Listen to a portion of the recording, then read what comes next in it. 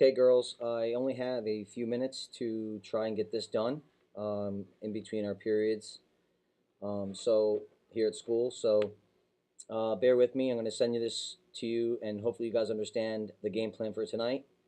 We're going to change our shape a little bit because we saw them on Saturday morning, and I think that if we play a little bit different, it'll set us up for success. So please make sure you pay attention to what's on the screen right now and how I move around us.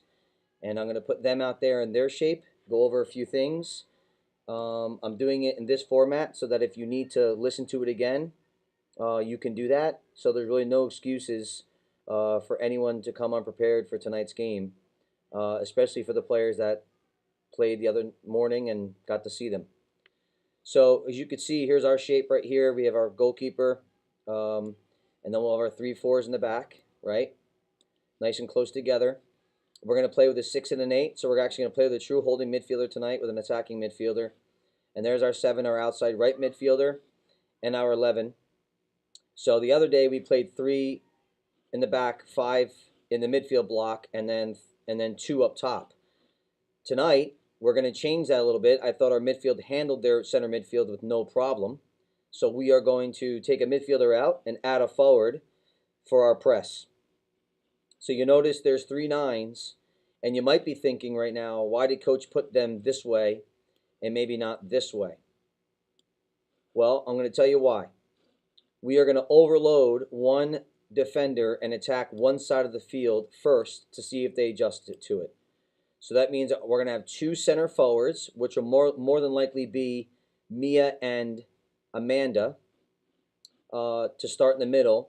And over here will be Sammy or Brooke to start the game, maybe even Sophia at times. And we're going to play balls into this space and make this left defender, her life, not so good tonight. So their shape was this. They played 4 across the back, which to me wasn't that good and organized. They played with 3 in midfield. That left us even in the midfield the other day. Okay, something like this it was. And they played with 3 forwards. It looked like 3 forwards. 1 forward kind of sat between our defender and our outside midfielder. The other forward kind of floated in here a little bit. And then you had the same forward over here, okay, which I'll go over in a second. So if you move us up the field a little bit, this is what it looks like against them 85% of the game the other night. The only difference now is that we are playing with 2 center midfielders against their 3 center midfielders, and I still think that our 2 center midfielders are superior to their 3, and that's the reason why we're going to do this tonight. Okay, so starting from the back, we're going to have to manage this space right here. This is the space that they look to play into, and this is the space in a 3-4-3 or a 3-5-2 that if you're coaching against torpedoes, they're going to try to get into this space right over here. And opposite that, when you mirror that, the same over here. So it's going to be really important that between this 4 and this 11, so Erin, Kate, Ava, Vern, Lex, etc., that you guys are aware of this player and that you split her the whole time. So you have to keep this player in your back pocket the whole time. So if the ball is, let's get a ball out here. Let's say the ball is over here somewhere, like in this part of the field, okay? They're going to look to play the ball into this space every time. They didn't really attack us up to middle. I don't think they can come up the middle on us. And they really didn't try to play over the top all that much. They tried these little seam passes in this window. So you have to be careful with that. Okay. Our shape now, or another concern for tonight, would be when we step.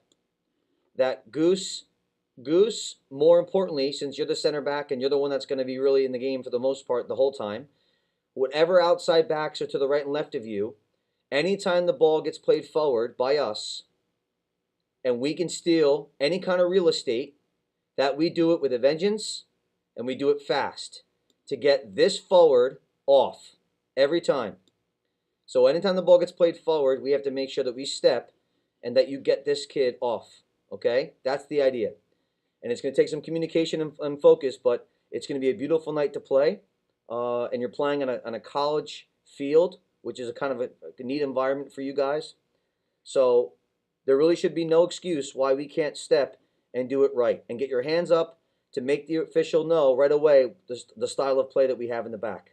And put your stamp on the game right away. That'll keep them honest. So my concern is that they're going to, if they score on us, it'll be off of a corner. It's going to be off the balls in this space and the ball in this space and us not paying attention. Or we don't step right and the ball gets through and they go on a breakaway. That's, or a penalty kick, obviously. Those are the 4 ways they might score on us. I don't think this team is good enough to score in the run of play against us. I think that we are 4 or 5 players better than them, especially with our whole team back tonight. Okay? So that's that. So please make sure that you guys understand what I meant by that. If you have to rewind it and listen to it again, I'm speaking fast because I don't have too much time. So it's important that you guys understand what I'm saying and that you come to the field with questions. Text me, email me, and let me know if there's anything that you're confused about on what we're doing tonight. Okay? So in continuing with what's going on. So now we play the ball backwards to Drew Ravasi. And Drew Ravasi, it's going to be really important, like I've been telling you guys, to hit the ball outside the circle as far wide and high as you can. Goal kicks, punts, and balls back to you that you're going to hit, you've got to hit them as long, wide, and far up the field as possible outside the circle. And then we will do the best we can to get a second touch. Okay? That's that with you guys. Playing out of the back. When we have a restart back here, and they've retreated, they now dropped, they've dropped a little bit, they're dropping, okay? They're going to drop a little bit in here, and now they've got one forward that kind of goes right in here somewhere, and we're stretched out. We have some good spacing. I want to see, because every time you guys play a restart way up the field, unless it's to a target or you're going to hit a 50, 60-yard ball, we don't typically win those balls, and they come right back in our face.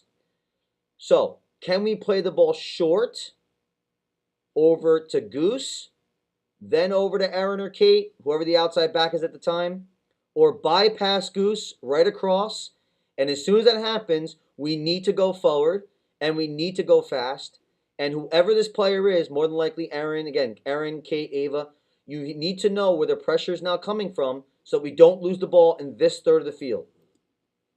Okay, that's the idea. We don't want to lose the ball on a restart on this third of the field. This is a vital area for us. No reason to do that, especially when you're defending against one forward. You 3 have to be on the same page and quick on the restart. So if they're retreating and their back is turned, put your foot on the ball, step on it, touch it with your hand like we do in indoor, and get the ball hit across the field firmly so we can go forward, and we eliminate that forward right off the bat. This allows us to suck them out, and now we can play direct behind them if we have to.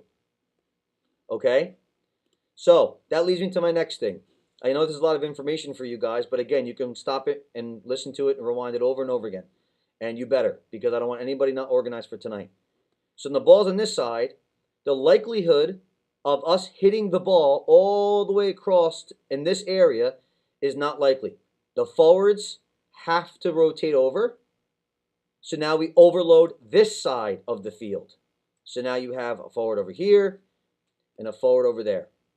So it looks exactly the way it just did, but now we overload this side, this area of the field. Okay? The ball's central.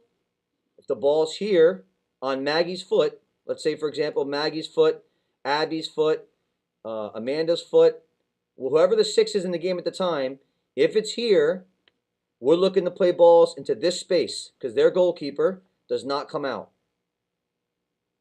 All right? That's the idea. think the last thing that I'll leave you with, unless I'm forgetting something, really, really brave corner kicks on our part. We got to be aggressive in shooting. And I think ultimately, if I can leave you with this, we want to make our opponent feel like they are always numbers down when we have the ball. Think about what I just said. We want to make our opponent feel like they are always numbers down when we have the ball. So, if we have the ball here, let's say Maggie's the 6, can we get Mac on an angle? Can we get our outside midfielder wide? Can we get a 9 to drop in to check to the ball? And can we get numbers around the ball so they walk off the field saying, Coach, we are always outnumbered. There's always an extra torpedo player around the ball, which is not really true.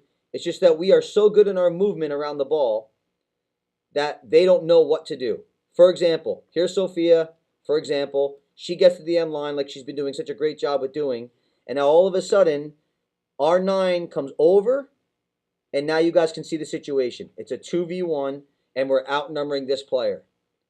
So if we overload these zones, overloading means you're overloading them with players, numbers up, which you guys know what I'm talking about, okay?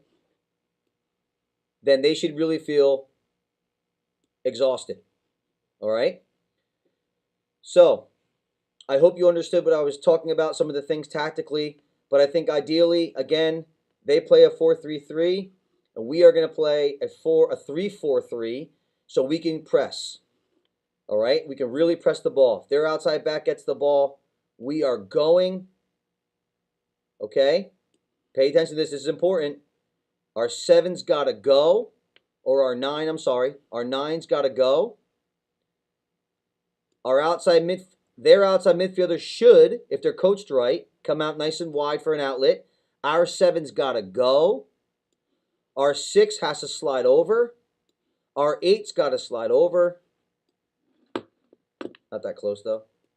Here, in this pocket, 9 comes across over here. The other 9 comes over in here. And we are forming this web around this area to not let them out in our press. 77 degrees today. By the time we play, it's going to be lower than that. I'm sure 55, 60s. Beautiful night to run.